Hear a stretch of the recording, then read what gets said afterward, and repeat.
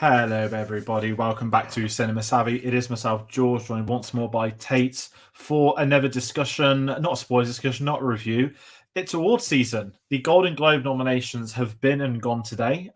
We're doing this very early in the day for our own standards, but even more incredible short notice to our own standards. This is a video we didn't know we were doing till lunchtime earlier, could we say? Yeah. Yeah, let's talk that. You're at Mountain, and then we'll Yes. quickly get into award season this year. But how are we doing? How is Austria at the moment? Yeah, it's snowing. I don't know what else to say. I moved up mountain now, so this is my base for the season. So I'll be up here being able to record videos and everything like that. Whilst up here, the Wi-Fi is better than the previous night. Please go and watch our Doctor Who, the Giggle review. I was slightly delayed and out of it in that sense, but it was a very good and very fun review on something that I really do love. But yes, ready and set for the season, ready and set for award season in as a whole now, not just the Oscars, all of the awards this year. Yeah, let's get into that. So, people at home, we did a video. If you've watched our Oscar stuff before, if you're new to what we talk about, we always go live on the Oscar Sunday. We do a big stream. We watch it live with everybody at home. We have a predictions game. We have a lot of stuff. And that's like the big it's the WrestleMania for film, isn't it? And this year, with us making some changes, we want to do a lot more award season coverage. And that does cover other awards ceremonies. We're not going to be going live throughout the Golden Globes or the BAFTAs or whatever other ones there are. The Emmys moved to January because of the strikes as well. But we want to build up. We want to talk about the other ceremonies, see maybe things that are trending, what's going to jump out in different units, different voters, different systems. Of course, Golden Globes is one of the most obvious ones. They split it in two. You have drama, then you have musical and comedy. You have TV, which we don't get to talk about too much on the channel, but we do a lot of TV discussions. So it really opens itself up. And I'll be honest, I know this was happening today. For whatever reason, it's just, I know it's December. I know that the Oscars, I think because we're so used to doing it in January, we get to December and we're like, okay, let's get ready for Oscar season. So there is a thumbnail at present. There is a background. All this is probably going to change over the next month or two as we start to really develop what we want to do for award season. Maybe there'll be different logos, backgrounds, more videos. And I guess where we're going to go with that is getting everyone to go get us on our social medias, linktree.com/cinemasavvy. You can get our Facebook, Twitter, Letterboxd, and Instagram over there. And Redbubble merch to pick up. But if you've got ideas, you have feedback for us, then please do comment it on this stream. Comment what you're looking forward to us talking about award season, what you think we missed out on, or other things we haven't. As I said, we're just talking nominations. This isn't a big video. This isn't a heavy video. This is us doing something a little bit different, and we do want to hear from everybody. So please do also comment your thoughts on the Golden Globes. We know there are controversial awards. We know what the Hollywood Foreign Press is like, but it is still one of the big three. No matter how much people do criticize them, ourselves included, they are one of the big three awards for the year. And with that in mind, I guess we want to talk about the nominations. And we haven't really nailed this down yet. We've never gone through a nomination discussion. We've got all the categories on our screen. We're using the BBC's website just because, thank God, scheduling BBC was ahead of it. You know what really frustrates me? It's the same with every Oscar year. Why isn't there like a specific order to how people do these nominations, to how they're phrased? It always seems to zigzag. But you know what? We're going to talk about TV. Then we're going to branch into film, and we're going to go through the awards. We're not going to sit there at the end of every award and say, of these five, this. But we might on some awards. We might not for others. We might talk about them. We might not. So this is new to us, and it's something a bit different. But I guess if we kickstart with the TV. Now, I did watch these live, so it's really funny because there's going to be one recurring show said a lot. This one, okay, we're talking Best Supporting Actor. There's 6 awards, 6 nominations per category. We have, for Best Supporting Actor, 3 from Succession, Matthew McFadden, Alan Rook, Alexander Skarsgård. Then we've got, oh my God, I'm sorry, I'm going to start pronouncing people like I'm doing it. Ivan Moss-Bacharach from The Bear, James Marsden from Jury Duty, Billy Crudup from The Morning Show. How do we do this? Are we just going to read them out loud? Is there anything you want to jump out there? I guess so. Jumping out is the fact that Succession's going to be nominated for a lot in TV, and we're going to see Succession come up a lot of times. Yeah. Dare I say that Alan Ruck doesn't really have as much of a supporting role in Succession? I mean, we all love Alan Ruck, but at the same time, like, did he really warrant the nomination? I know that, Here's the criteria. Was he in Succession for more than one episode? Yes. Was he a lead? No. Nominated for supporting actor. Thank you. Yeah, literally. And the Emmys have done it too, haven't they? The Emmys have done it. It's the final season as well. It's the clean sweep. But I am with you. I mean, listen, I love Alan Rock. I am a conhead. That's my favorite Roy sibling. I know that's a thing. But and he probably won the best endings out of anyone in that show. If you really want to think, he's rich and he's happy and he's married.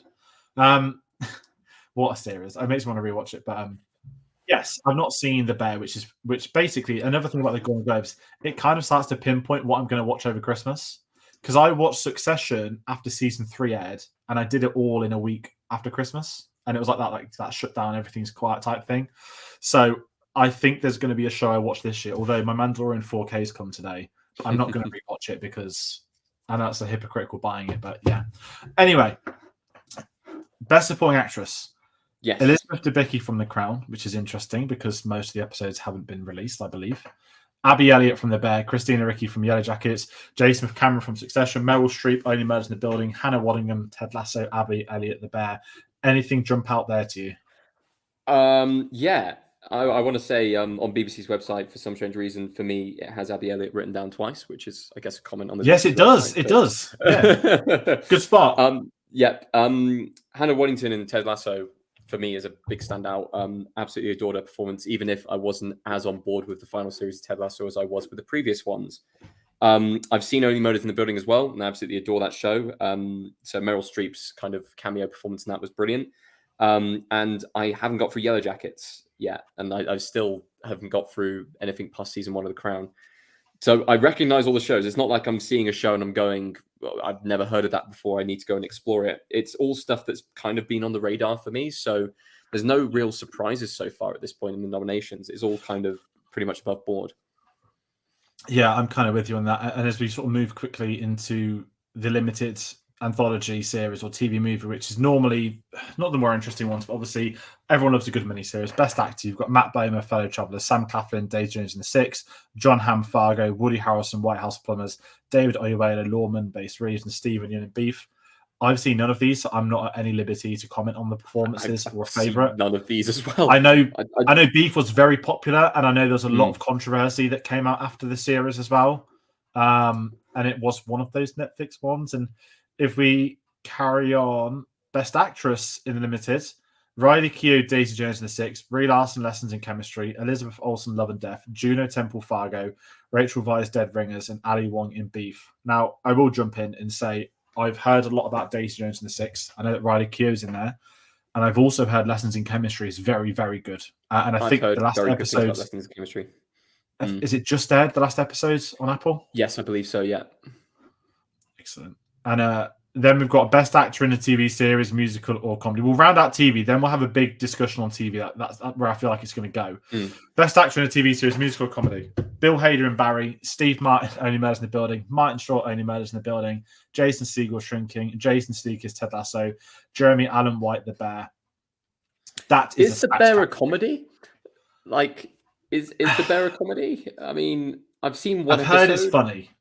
I want to watch it. I've heard a lot of good stuff. I've heard it's stress-inducing more so than comedy. Yeah, same. And I guess the only other thing that's sticking out is Bill Hader for Barry. I've loved watching through Barry. I've still got a few episodes to go. I still haven't finished the series, but a commendable performance across the entire board for a very dark comedy, like a really dark comedy, but very, very good. I really enjoyed it. Excellent. Okay, let's go. Best Actress in a TV series, musical or comedy. Rachel Brosnan, Marvelous Miss Maisel, Quinta Brewson, Abbott Elementary, Io DeBerry, The Bear, Elle Fanning, The Great, Selena Gomez, Only Murders in the Building, Natasha Lyonne, Poker Face. I still haven't seen Poker Face, and everyone told me I love it, and Ryan Johnson was involved. But again, the way not to pan the Golden Globes again, I'm not seeing these, but you have the sort of the favorite shows that basically take all the nominations across any category they can go in with. I'd say that Only Murders in the Building's at that level. I think, is it the third series this is based off? And it's fantastic. It's really camp and really cheesy, but at the same time, it sets out a murder mystery every single series. They always bring in guest stars. So this time round, it was Paul Rudd and Meryl Streep as guest stars. And honestly, every single series, they bring in new people, and it is actually one of the best shows on Disney Plus, I think. Okay. I do want to watch it. It's one of them. Everyone I know that's watched it absolutely loves it.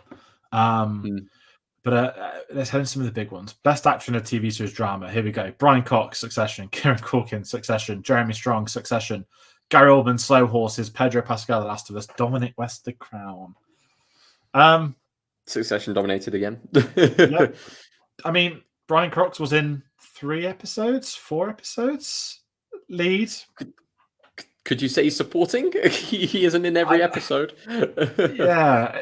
Listen, again, okay, here's my controversial one. I think Pedro could win that. Because I think it should be Kieran Culkin for Succession, but I think they'll split the votes, and I think Pedro will come in clutch. And I still haven't seen Slow Horses, which is meant to be great. Yeah. Slow Horses is fantastic, and the next series is coming out very soon. I mean, yeah, between Kieran Culkin and Jeremy Strong, they both put in amazing performances. I don't actually know who won in previous years, but who won in previous years? Did Succession win for any of them in previous years? It's definitely won a lot. I get so crossed up with Golden Globes and Emmys. I couldn't tell you who's won Best Drama or the actor department, but I'd be very shocked if it wasn't Jeremy Strong at least once or twice. Yeah. At the same time, there's probably a massive TV show in my head I've forgotten about that would normally sweep. And it's also really weird that House of the Dragon doesn't classify for this year, but it does for the Emmys. But it was on last year's Golden Globes. So the dates are always so weird with Emmys and Golden Globes that it tricks my head with the TV stuff. But yeah, it's a good question. And Best Actress, we've got Helen Mirren, 1923, Bella Ramsey, The Last of Us, Kerry Russell, The Diplomat, Sarah Snook, Succession, Imelda Staunton, The Crown, Emma Stone in The Curse. I think Sarah Snook's probably, again, it's going to be a Succession sweep, isn't it? Yeah, and once again, I thought The Curse was a comedy. I was planning on watching it. I thought, not a comedy. Yeah, I thought it was a comedy, not a drama. So that's interesting. But some powerhouse actors in that category. You know, we got Imelda Staunton, who, you know, I know best from Harry Potter, but I know that she's had a very good run on The Crown. Bella Ramsey with I know a breakout performance was on Game of Thrones, but a breakout performance there as well. Kerry Russell in The Diplomat. I don't know The Diplomat, but she was great in The Americans. Helen Mirren in there as well. It's a strong category, but yeah, I think I agree with you that Sarah Snook's probably got that one. Yeah, and then we're going to talk about TV briefly. Best TV series, musical or comedy, All the Light We Cannot See, Beef, Daisy Jones and the Six, Fargo, Fellow Travelers, Lessons in Chemistry. Again, I can't comment. I've seen none. That's an open category. I don't know what any of those. I mean, yeah. I mean, that is a mini series as well. It's musical and comedy is the weird. It's easier with films to talk about based off my knowledge, at least, without that meaning much. But best TV series, the main one, we've got 1923, The Crown, The Diplomat, The Last of Us, The Morning Show, and Succession. Again, if it's not Succession, it's The Last of Us. That's literally how I feel like any TV awards are going to go at the Emmys as well. If it's not Succession, it's The Last of Us. It has to be. I prefer The Last of Us. No, I don't. Succession is, you get the priority because it's the final season. And it's so tricky because The Last of Us is season 1, but the first game is the best game of all time. So I don't think the other seasons will compete, but the future season, for a TV voter, it's the first season against the last. They'll go for the last, won't they? But I still feel that Succession was Succession's better. It is a better Succession is better. And especially the final season, it brought gravitas to it. It really concluded it in. It wasn't a TV show that tailed off or anything like that. It had one of the best episodes as its finale. So, you know, I think if Succession doesn't win, then yeah, I've lost all hope in this award. So, yeah. No, I'm with you on that. And then we're almost at film. We have, I believe this is a new award. Best stand-up comedian on television. Right. Okay. I watched this live and it was ridiculous. So every, you know, when you have you say the actor for a film and then you say the name of the film, every stand-up, their name is the start of their show. So I'm not going to repeat it twice like all the people earlier, but yeah. Ricky Gervais, Armageddon, Trevor Noah, Where Was I, Chris Rock, Selective Outrage, Amy Schumer, Somehow, Emergency Contact, Sarah Silverman, Someone You Love, Wanda Sykes, I'm Entertainer. I can offer no one any opinion on this. Probably they'll give it to Ricky Gervais because the Golden Globes love him and they probably wish he could host it again. But this is probably one of the most. I mean, listen, it's a Hollywood foreign press, right? It's not a comedy outlet. It's not the makers. It is the press that do this. And I'd imagine they're just going to pick whoever's going to give the best speech that they want to see on that stage. And I think Ricky Gervais probably gets it off that basis. Yeah, I fair to say? completely agree with you. I have no comment on this. I don't really watch enough stand-up comedy to comment on this at all. So yeah. But should we talk about one we are going to talk about? The Mm. Cinematic and Box Office Achievement Golden Globe. Not only a mouthful, one of the weirdest categories ever created. I don't think it's as bad as the Academy's vote for your Twitter moment, which I believe It's nowhere near as bad as the cinematic cheer moment going to a film that never went in cinemas. But the you greatest of know, all time moment as well, and it was the Flash, right, in Justice no, League. that was the cinematic cheer moment. That was the Uh, biggest cinematic cheer for a film that wasn't in cinemas. Hilarious. I yeah, this okay. Should we read them out and talk about it? Because Yeah, this go very for it. gets worse. Barbie, Guardians of the Galaxy Volume 3, John Wick Chapter 4, Mission Impossible Dead Reckoning Part 1, Oppenheimer, Spider-Man Across the Spider-Verse, the Super Mario Bros. Movie, and Taylor Swift The Eras Tour. There's 8 films there, right? Mm-hmm. 7 of that 10 are the highest grossing films of the year worldwide. 7 of that 10. They're missing Fast 10 and The Little Mermaid and something else I've forgotten. It's the most pointless award ever because the box office achievement, in my eyes, can only be the highest grossing film of the year. Now, if you wanted to turn around and say this 10 million budget film made $1 billion, great. That's not going to happen because it's ridiculous. And I'm not even pointing fingers. This reeks of the Hollywood Foreign Press also wanted Taylor Swift to attend the award ceremony. So they've nominated because whilst it had an incredible opening weekend, it's the highest grossing concert film ever. I think it's made less than Ant-Man 3, maybe even less than Indiana Jones. I know it's a concert. I know she's taking the profits that she's splitting for cinemas, which is actually a great thing. But this just reeks of a typical like media type thing. Like Taylor Swift turned up. Can we all get selfies? Yes, you can. Thank you. That's how the Hollywood Foreign Press rolls. Yeah. I'm moaning about the wrong thing. It's just pointless. And I don't mind an award for a bit of fun, but a box office, like, isn't the reward of a healthy box office that the studios are making billions? Mm. It's like it's an award to pat themselves on the back, but at the same time, it's like, please notice us to these films. Yeah. It's so weird. It's such a weird award to have. If they didn't report box office, sorry to jump in. If they didn't report box office, it would be unbelievable because it'd be this great mystery of what films made the most money. But everyone knows everything every week because the numbers are overdone, myself included. We all know that Barbie was the highest grossing film of the year by a fair amount, and then after that, you know, Super Mario Bros. Movie. Past that, like it's literally just Oppenheimer. It's so weird that this award exists. And what grounds are they voting for this? Is it going to the highest of the year? If so, then why on earth is Taylor Swift's film there? If it's going to cinematic and box office achievement, does it go for the one that was the lowest budget but earned the highest amount ratio wise? If so, like I feel like there are films that were on lower budgets that did better.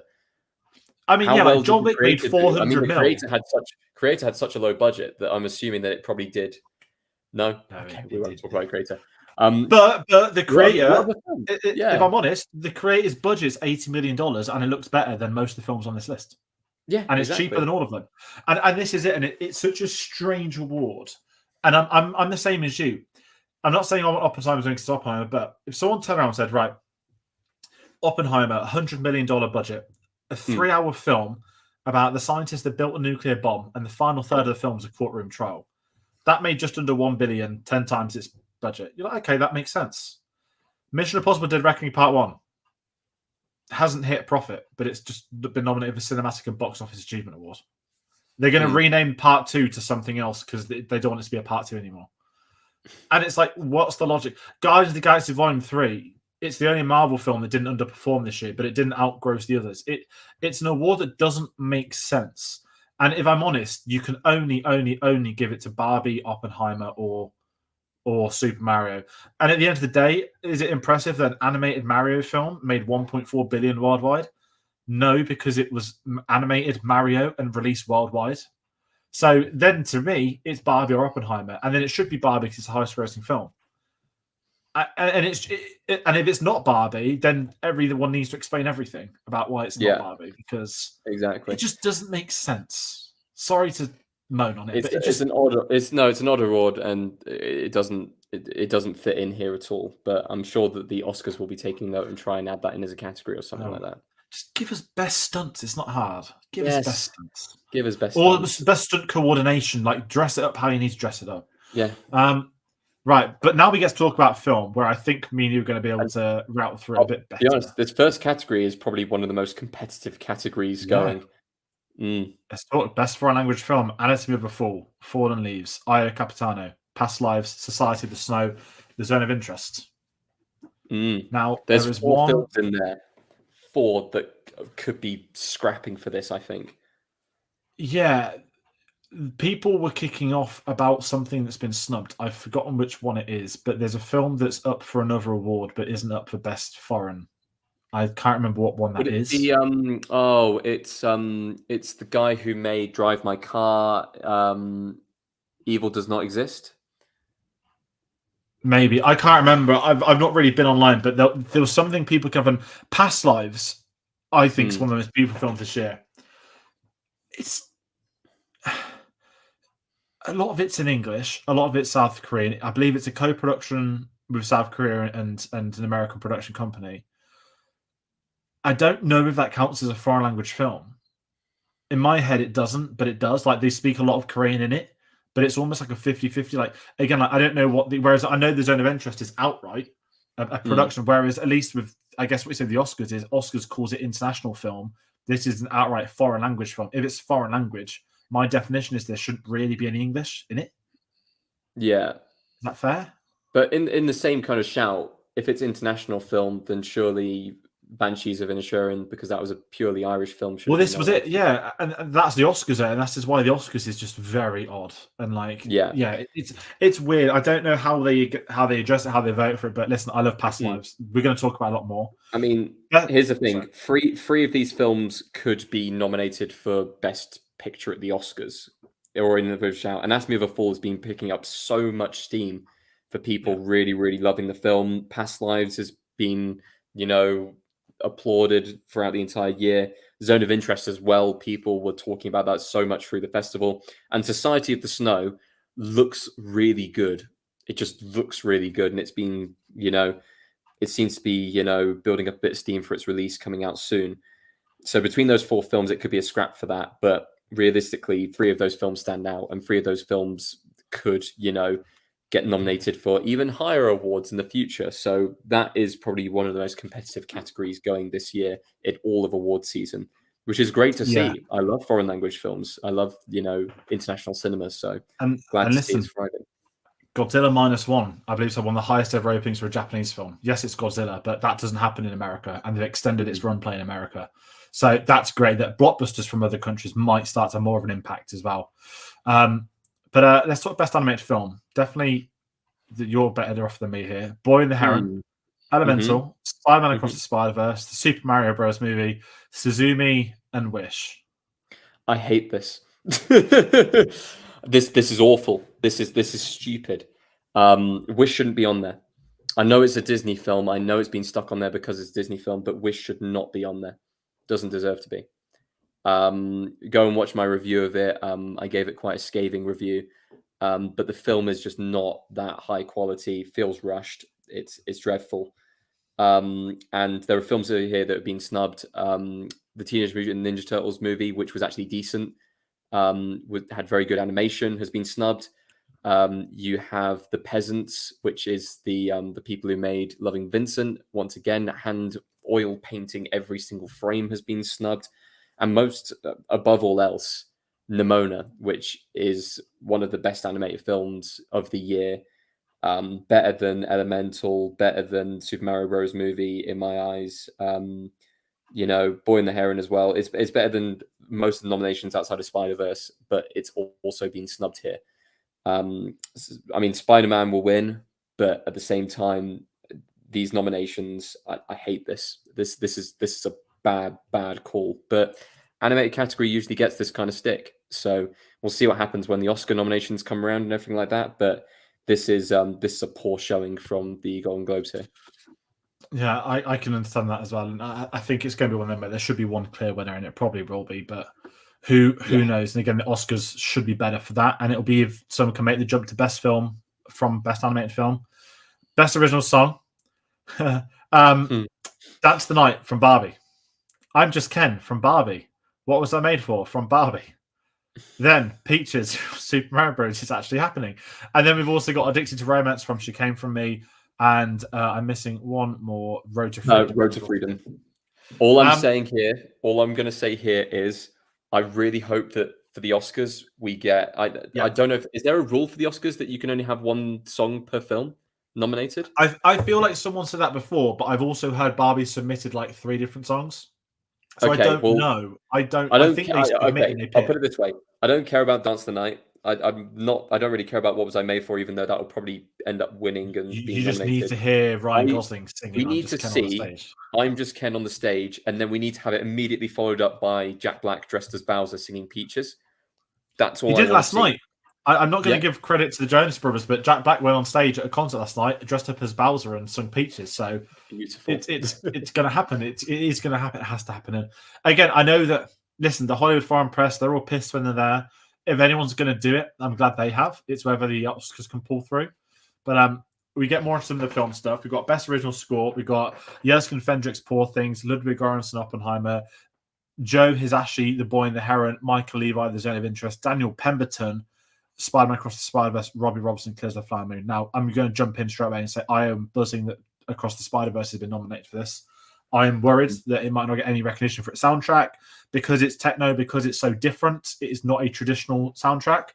I hope that doesn't affect it. We've had the chat on the channel before. I don't think it was yourself, but some people used to moan that a bad soundtrack means that you can't listen to it in isolation. I'm like, no, a good soundtrack is basically one that accompanies the film. It shouldn't all sound the same.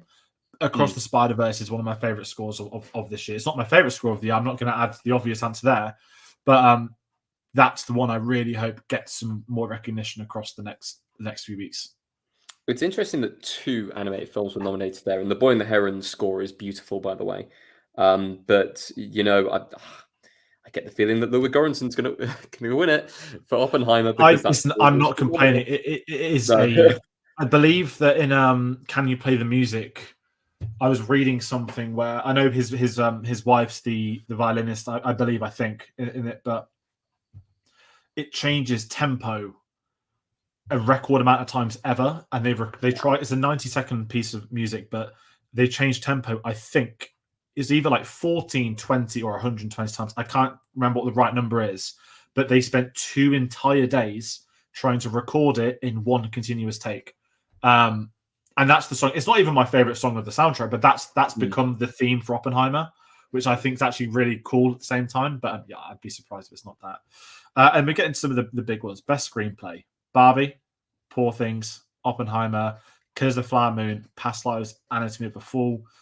If I'm honest, no surprises there. I love the Oscars have adapted an original, but I also like to see screenplays merged into one. Not saying for everything, but they're locked in now for moving forward for whatever they're going to be split into.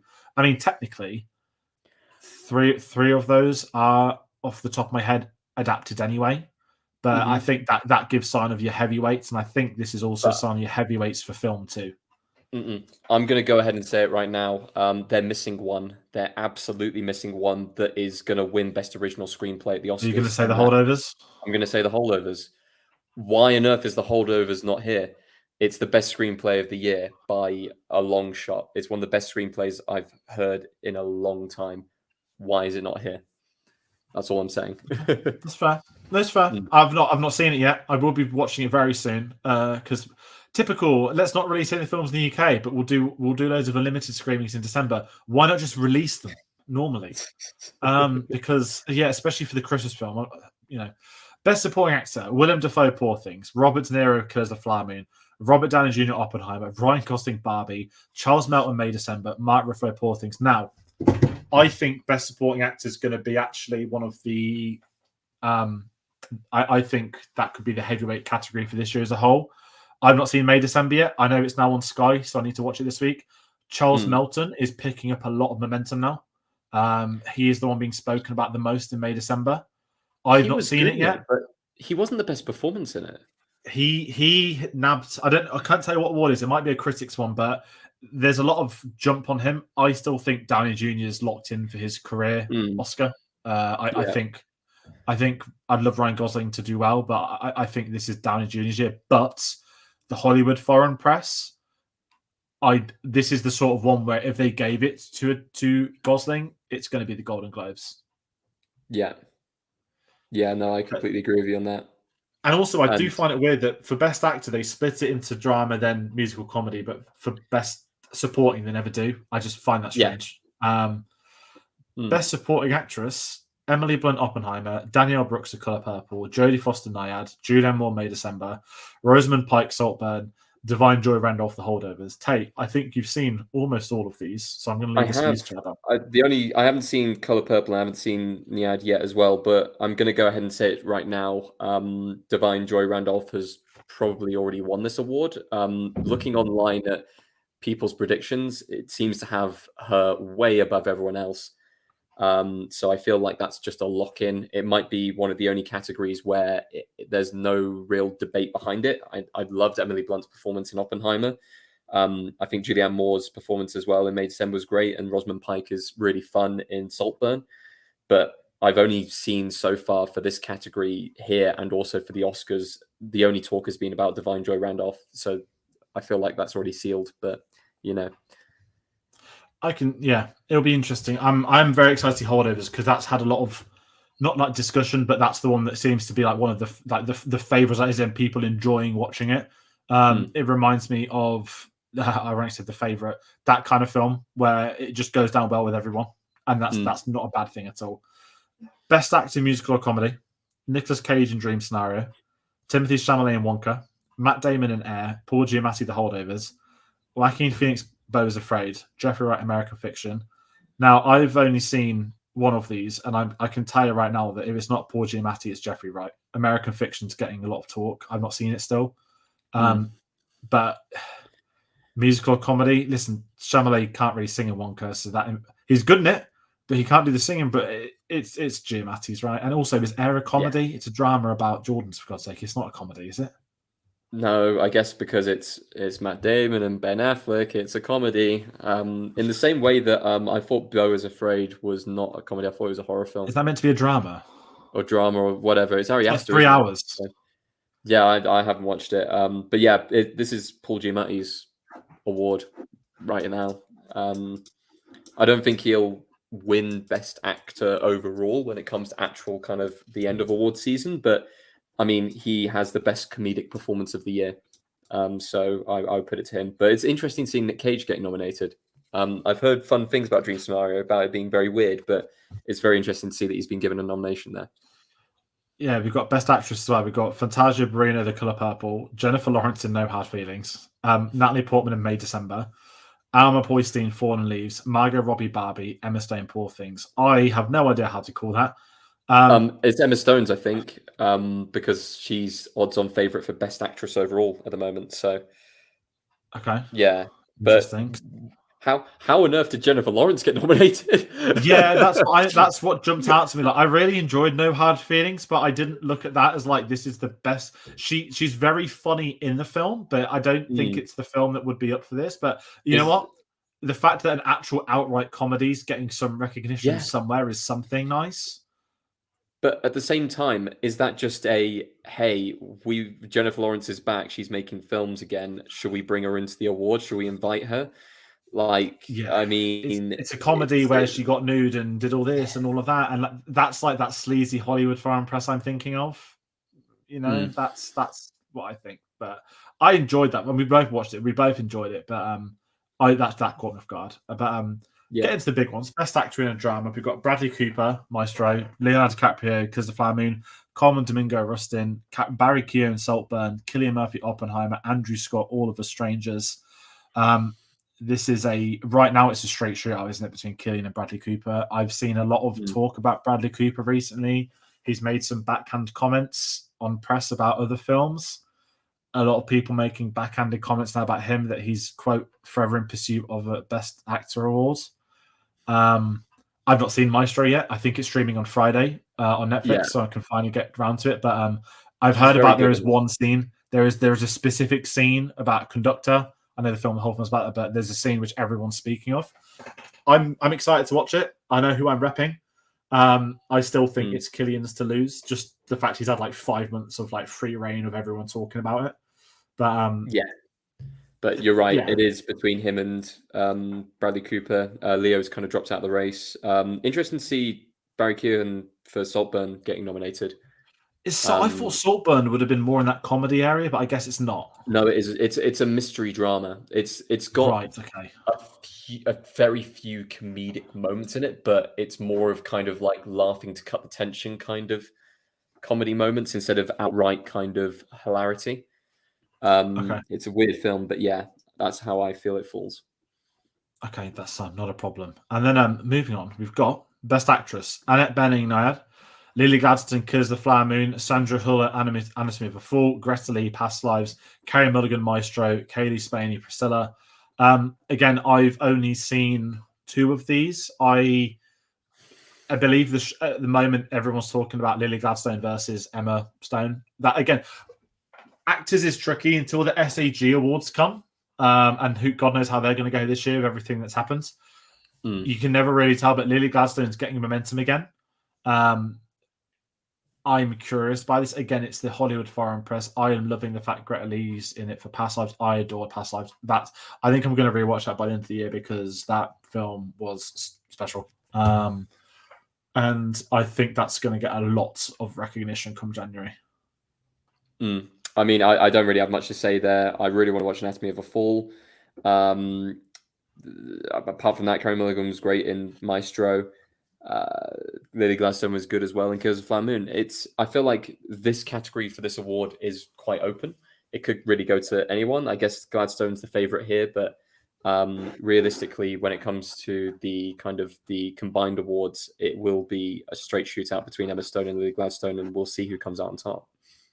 Yeah, I can see that. And let's go to Best Director. I know we've gone a little bit over, but Bradley Cooper for Maestro, Greta Gerwig for Barbie, Yorgos Lanthimos, Poor Things, Nolan, Oppenheimer, Scorsese, Kiss the Flower Moon, Celine Song, Past Lives. Again, Past Lives snuck in for that. Great. I think that first 5 is going to be the 5 at the Oscars. I do think it's a cop-out doing 6 for an award because it's like they don't want to narrow it down to the 5 everyone thinks. But listen, I think this is...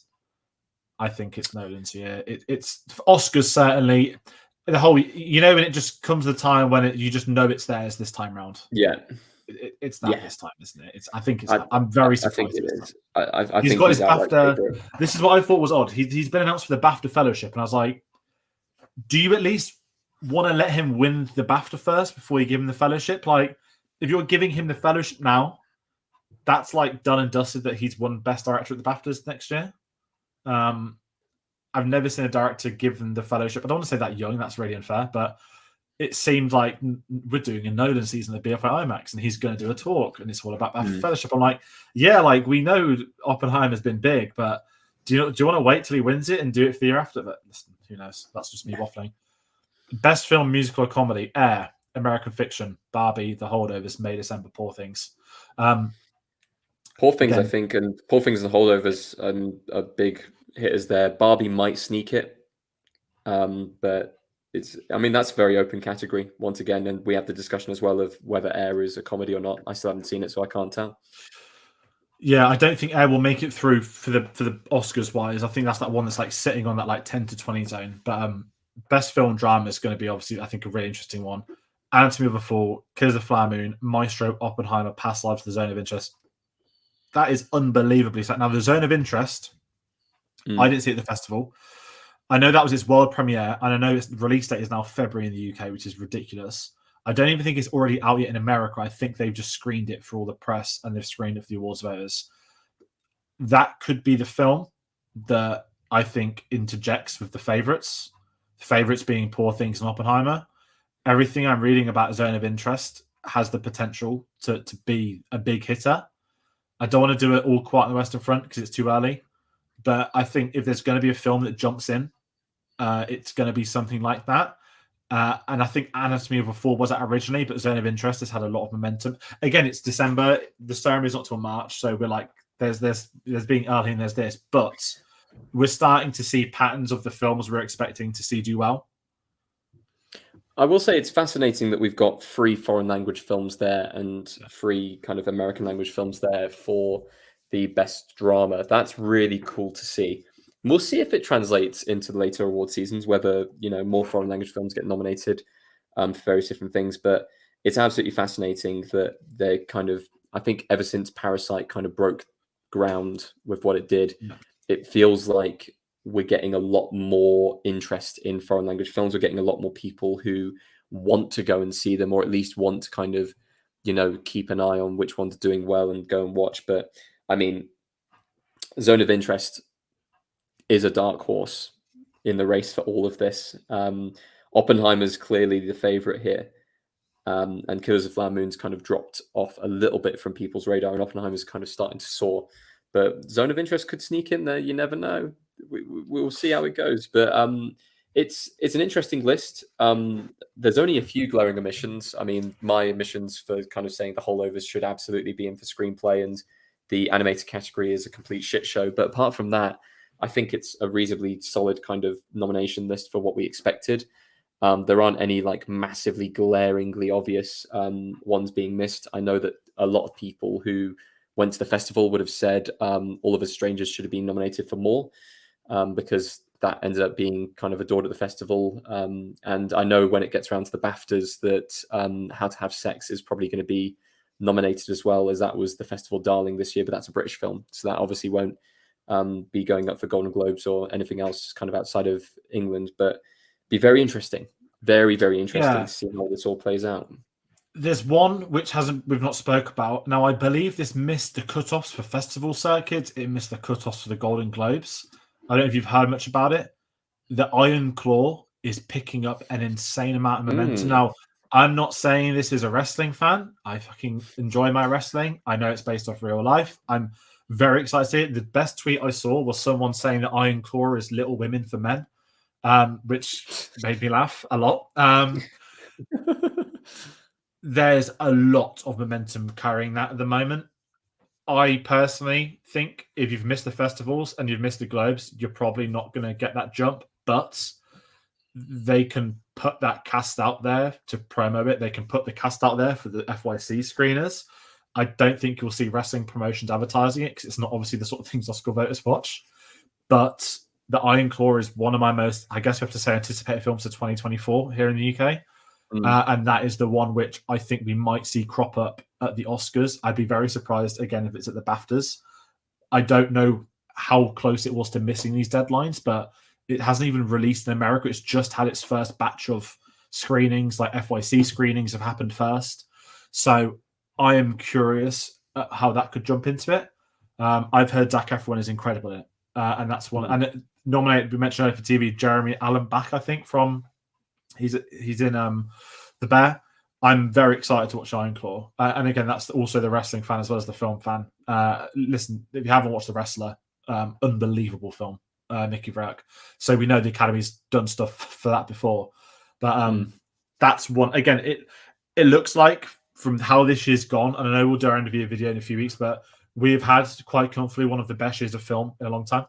I'm saying probably at the moment since 2019. And I know we're post-COVID, or not post-COVID, but like we're past that COVID block of films that are not coming out, films that aren't releasing, not having too many. This feels like the first normal year. We've had strikes for most of it with the industry. So we haven't even had a normal year still since 2019 with respect to film. But I do think we're going to be back into the rhythm this year with that Oscar films and stuff. And this year looks like it's going to be one where there's a lot of great films, and hopefully that means there's a lot less controversy, which is also equally more important. I'm really excited. I mean, we'll do a stream where we talk about kind of what's coming up next year and everything like that. But just off the back of this year's been a great year for film. Most of the ones we talked about today was the films that have been nominated here are very strong films that we would go and recommend you go and watch on the channel. So yeah, it seems like cinema's bouncing back post-COVID, and I'm excited to see where we go from here. Yes, absolutely that. And listen, to everybody watching at home, this is our first foray into award season for, I say this year, the 2024 award season. Obviously, we've done a lot at the start of this year. So we're going to have more reviews when some of these films are coming out. I know we don't have... The one thing we said, we weren't just going to cake it in reviews of here's a film with one nomination, let's do a review. I've got a feeling we'll end up doing a past lives review because I think that's going to be one of the heavyweights. So we'll have any details on our social medias. And as I said before, if you have ideas, if you're curious about what we want to do for award season, get in contact, comment, let us know your thoughts. But in the meantime, get us on there. Linktree.com/cinemasabi, Facebook, Letterboxd, Instagram, Twitter. As I said, we came to this very late today. This was not planned. This was not prepped. I'm grateful with both at the times. It's been a good discussion. And as I said, there's going to be a lot more Oscar season on the channel. So that's going to do it for this. Thank you all for watching. If you're wondering what's next, there's going to be, the t-shirt might give it away. Godzilla -1 review is going to go up on the channel tomorrow. And then Wednesday, there should be something special dropping in the evening, which there'll be more details about when there's more details. So it's going to be a busy few weeks. It's getting nearer Christmas.